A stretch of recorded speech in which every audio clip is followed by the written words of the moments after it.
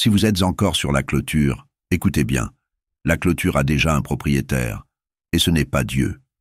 Le chrétien qui hésite devant le péché, qui flirte avec le monde tout en se disant séparé, a déjà choisi, même, sans s'en rendre compte, car en temps de guerre, la neutralité est une trahison, et dans la bataille pour l'âme, celui qui se tait s'est déjà rendu. Nous vivons à une époque où la foi est devenue une étiquette. La Bible est utilisée pour le développement personnel, et le nom du Christ est devenu un outil de marketing. Tandis que les apôtres saignaient pour leur foi, beaucoup aujourd'hui ne supportent même pas d'être contredits. Tandis que les martyrs montaient au bûcher en chantant, aujourd'hui des croyants abandonnent l'autel pour un like, pour un plaisir, par commodité. Et le pire, ils appellent ça la grâce. Mais l'Évangile n'est pas venu pour nous laisser confortables. Il est venu pour nous crucifier avec Christ. Si en vous résonne encore un écho, même lointain, de l'appel céleste. Si vous regardez autour de vous et réalisez que quelque chose ne va pas, si votre âme ne se contente plus des applaudissements vides de la foule, alors cette vidéo est pour vous. Ici commence votre traversée, la traversée de celui qui descend de la clôture et entre dans la guerre, de celui qui choisit l'épée de la vérité, même si elle tranche d'abord sa propre poitrine. Charles Spurgeon, le prince des prédicateurs, ne tolérait pas l'indécision spirituelle. Il a dit « Si Christ est Dieu, alors servez-le entièrement. Mais si le monde est votre Seigneur, alors allez et servez-le de toutes vos forces. N'essayez pas d'appartenir aux deux royaumes, car le ciel ne se meut pas par des lâches. Et la croix n'est pas un endroit pour ceux qui veulent la bénédiction sans en porter le poids. » Dans cette vidéo, nous allons démasquer le mensonge de la neutralité spirituelle.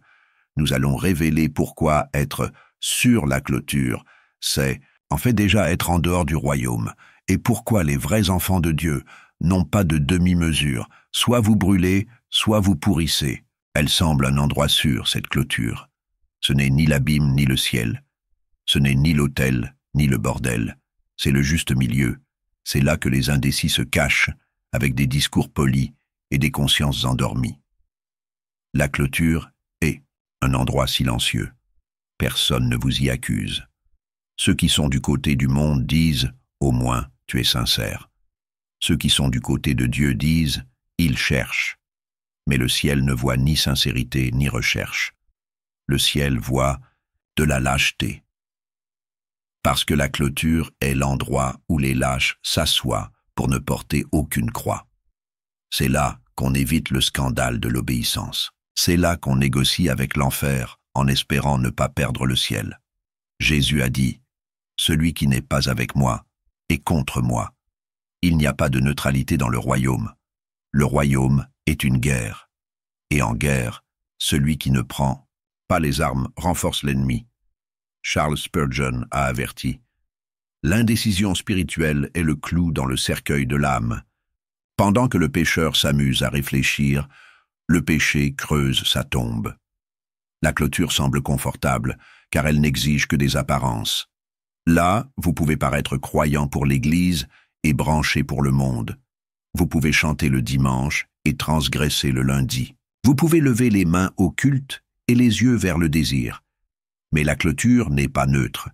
Elle a été construite par l'ennemi précisément pour cela, pour empêcher le repentir réel, pour vous maintenir divertis entre lumière et ténèbres, jusqu'à ce que votre cœur pourrisse.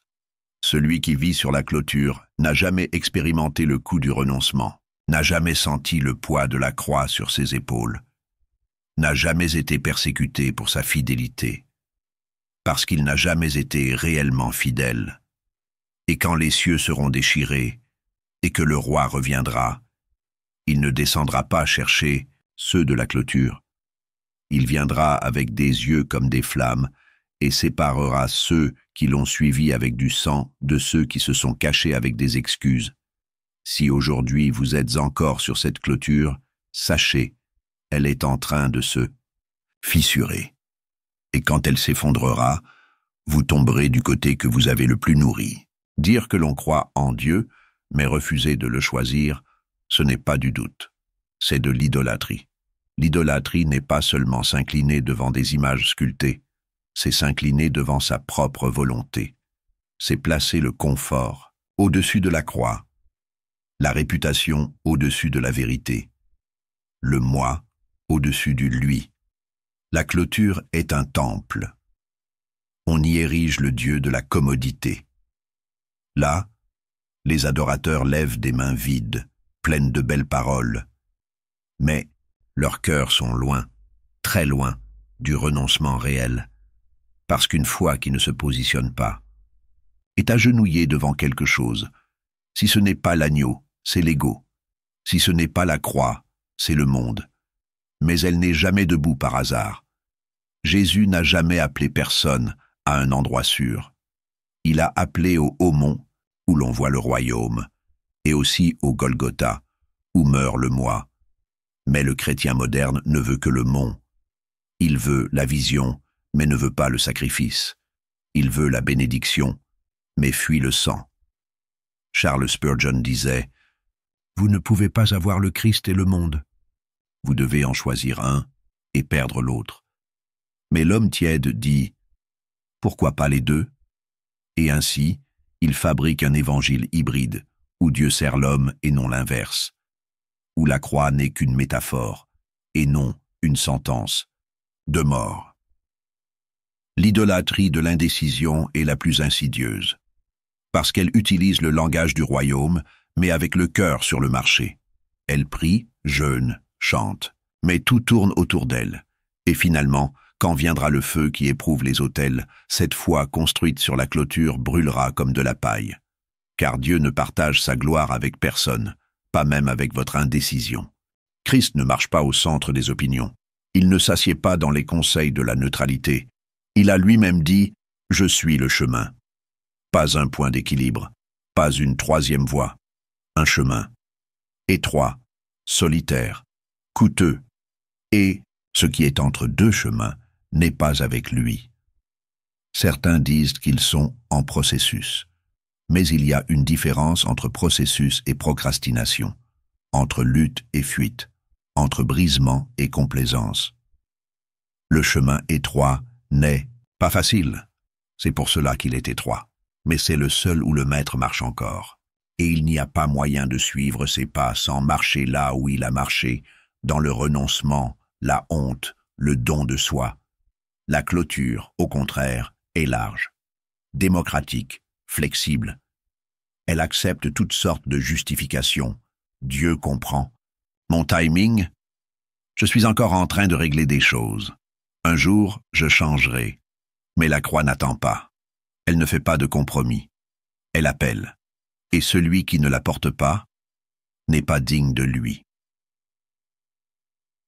Spurgeon a déclaré « Le chrétien qui cherche le confort du monde ne comprendra pas la consolation de Dieu, parce que le confort que le monde offre est l'anesthésie de la clôture. C'est la paix de l'endormi. C'est le calme de l'homme qui marche vers l'abîme, en souriant. Christ est de l'autre côté, dans l'endroit où peu arrive, sur le sentier où l'orgueil meurt, où le péché saigne, où l'applaudissement humain ne résonne pas, et là où le monde n'applaudit pas, Dieu murmure « Bienvenue sur le chemin. Ici, je peux te façonner. » Mais il faut descendre, descendre de la clôture, descendre du piédestal, descendre jusqu'au sol, là où les pieds du Christ ont sué du sang, parce que seul celui qui est prêt à tout laisser derrière peut marcher avec lui. Ce n'est pas l'impie qui offense le plus Dieu, c'est le tiède, celui qui dit « Seigneur » avec les lèvres et « moi-même » avec ses actions, celui qui lève les mains au culte et les arguments au moment de l'obéissance, celui qui se masque en disciple mais vit comme un touriste du royaume. La Bible est claire. Parce que tu es tiède et que tu n'es ni froid ni bouillant, je vais te vomir de ma bouche. Apocalypse 3, 16. Jésus ne dit pas qu'il va corriger, il ne dit pas qu'il va attendre, il dit vomir, parce que la tiédeur est la pire des trahisons. Elle dit « Je suis de Christ », mais ne porte pas son feu. Elle dit « Je crois », mais vit comme si Dieu ne voyait pas. La différence entre le froid et le tiède? Le froid sait qu'il est loin, mais le tiède se croit sauvé. Et c'est la plus grande tromperie, se croire juste par comparaison, se croire saint parce qu'on n'est pas aussi sale que l'autre. Charles Spurgeon prêchait les larmes aux yeux. La religiosité sans vie est pire que le péché visible, car elle trompe le pécheur sur sa propre condamnation. Le tiède est un artiste de la foi. Répété, entraîné, il connaît le vocabulaire, il connaît les versets, mais sa vie sent mauvais aux cieux, parce qu'il manque de vérité, il manque de ferveur, il manque de croix, il n'y a pas de place dans le royaume pour des croyants à moitié saints, à moitié dévoués, à moitié consacrés, parce que Christ n'est pas mort à moitié. Il n'a pas sué des gouttes de sang pour que vous donniez une demi-réponse. La tiédeur est confortable, mais elle est aussi mortelle. Elle berce l'âme dans le sommeil d'une fausse sécurité jusqu'à ce que le jugement frappe à la porte et qu'il n'y ait plus de temps pour décider de quel côté était le cœur. Dieu cherche les ardents, ceux qui brûlent pour la vérité, qui tremblent en entendant sa voix, qui ne négocient pas l'autel pour le divertissement, qui préfèrent perdre le monde que perdre la gloire. Et si aujourd'hui vous sentez que vous êtes tiède, cette sensation est un cadeau, car le tiède, qui perçoit sa température, peut encore se lever, mais celui qui justifie sa tiédeur n'entend plus l'appel. Au tribunal du ciel, le silence n'est pas innocent. Celui qui se tait devant le péché a déjà consenti. Celui qui assiste à l'erreur et ne s'y oppose pas s'est déjà vendu. Celui qui se dit de Christ, mais ne lève pas la voix quand il est renié, a déjà choisi un autre Seigneur, parce que le royaume de Dieu n'est pas fait de spectateurs. Il est fait de martyrs, de prophètes et de témoins. Des gens qui saignent pour dire ce qui est juste. Des gens qui tremblent, mais parlent. Des gens qui pleurent, mais ne s'abstiennent pas. Charles Spurgeon avertissait « La neutralité, quand le juste est en jeu, est un crime ». Et il disait cela à une époque où être fidèle coûtait la réputation, la sécurité, parfois la vie même.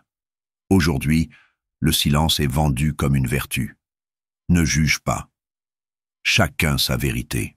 Ne te mêle pas de ça. Mais ce genre de silence n'est pas la paix. C'est de la lâcheté. C'est de la complicité. C'est la clôture déguisée en humilité. Parce que celui qui ne se positionne pas quand Dieu est moqué a déjà nié par son corps ce qu'il disait, croire par sa bouche. L'enfer est bruyant. Il crie dans les séries, les musiques, les réseaux, les tribunes et les chairs. Et le ciel, parfois, se tait, parce que ses enfants se sont aussi tus.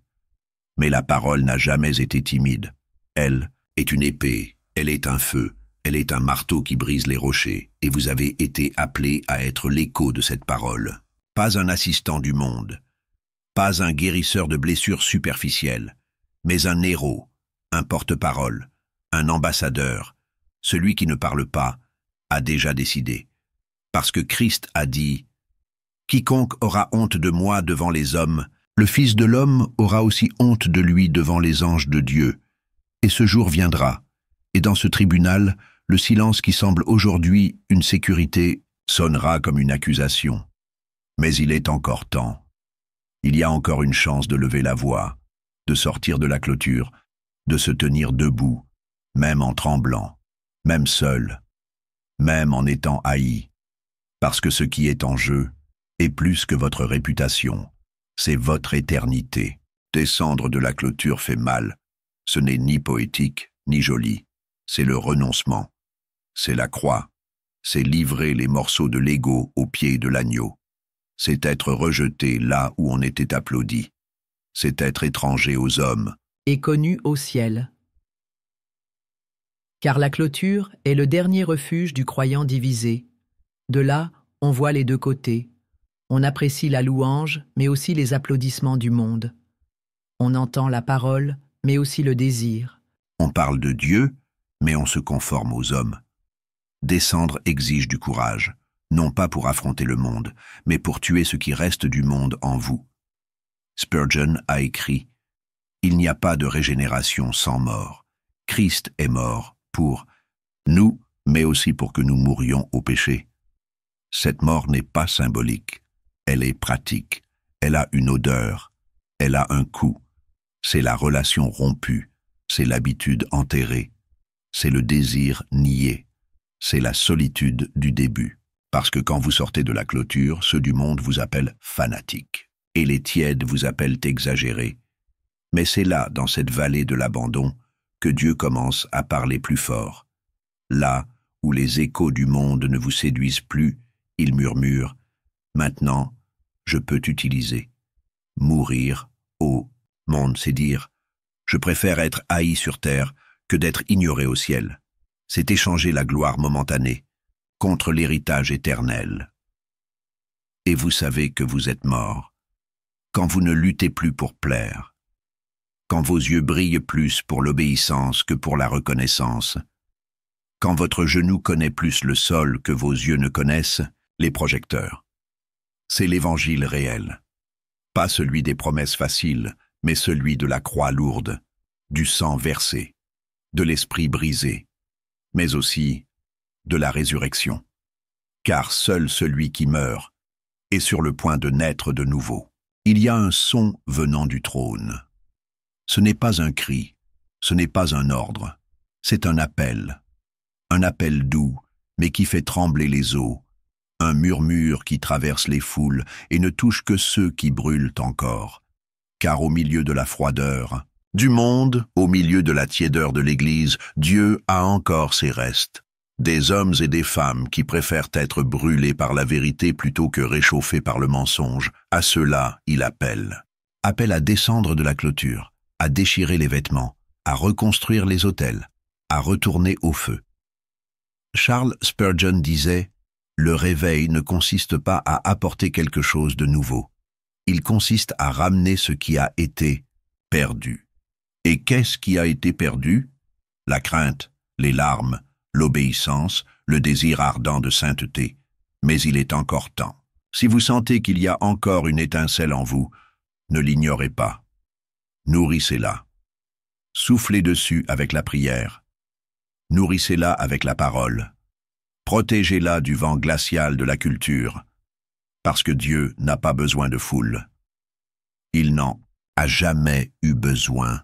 Il a besoin de torches, de cœurs enflammés, de vies entières. Vous pouvez être cette torche, vous pouvez être cet autel restauré, mais seulement si vous descendez de la clôture, seulement si vous mourrez au monde, seulement si vous choisissez le chemin étroit, celui où Christ vous attend, il appelle. Et l'appel est clair, soit vous brûlez, soit vous pourrissez. Si ce message a allumé quelque chose en vous, ne l'ignorez pas, commentez ci-dessous. Je suis descendu de la clôture. Soyez le premier à témoigner de votre choix. Abonnez-vous. Maintenant, à la chaîne L'École du Prince. C'est l'endroit pour ceux qui ne veulent pas vivre une foi tiède. Ici, nous n'avons pas peur de la croix, car c'est en elle que nous mourrons et renaissons dans la gloire. Partagez cette vidéo avec ceux qui ont besoin de se réveiller et souvenez-vous, Christ vient chercher ceux qui brûlent.